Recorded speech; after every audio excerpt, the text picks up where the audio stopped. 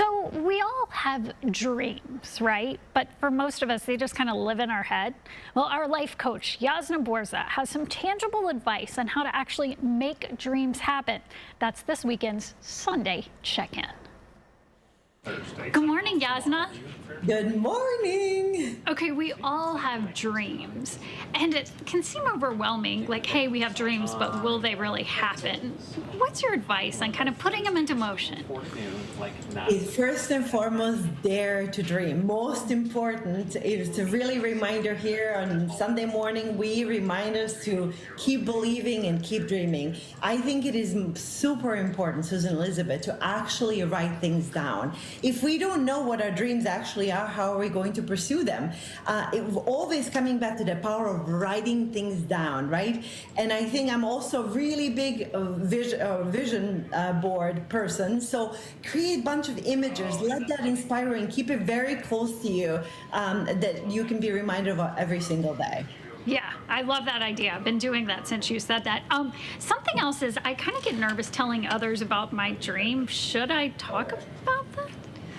If you're very insecure and you feel you need more time to let it nurture, sit with it a little bit until you're really certain that this is yours and you want to go after it. But then there's such beauty in sharing it with others. Positive people around us, they support our dreams because they have dreams too, right? They know that they want to grow and they want to help us achieve them. So they will be our biggest cheerleaders, and when we're really feeling down, they will be there to remind us of our goals and also help us execute them. Incredibly important to have that circle of friends. Enroll them, tell them, call them your board of directors and tell them, you helped me get it off the ground. I love that. There's definitely power in numbers there. Well, what about short-term planning versus long-term? So once we know what our goals are, we write them all down. It is really important to know that certain things are going to take a little bit more time and certain things are more immediate. So write what is possible in the next 3 months, 6 months, a year, and then 5-year, 10-year range, and then plan it.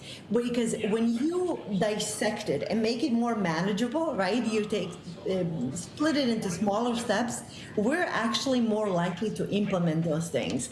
And then you have to ask yourself, what do I need to get better at? Maybe do I need to take a class? Maybe I need to ask for help? You're immediately moving into action. Action, action, action. That is like the thing that if we all daydream, we all visualize, but the faster you move into action, the faster you're going to affirm to yourself that it is possible.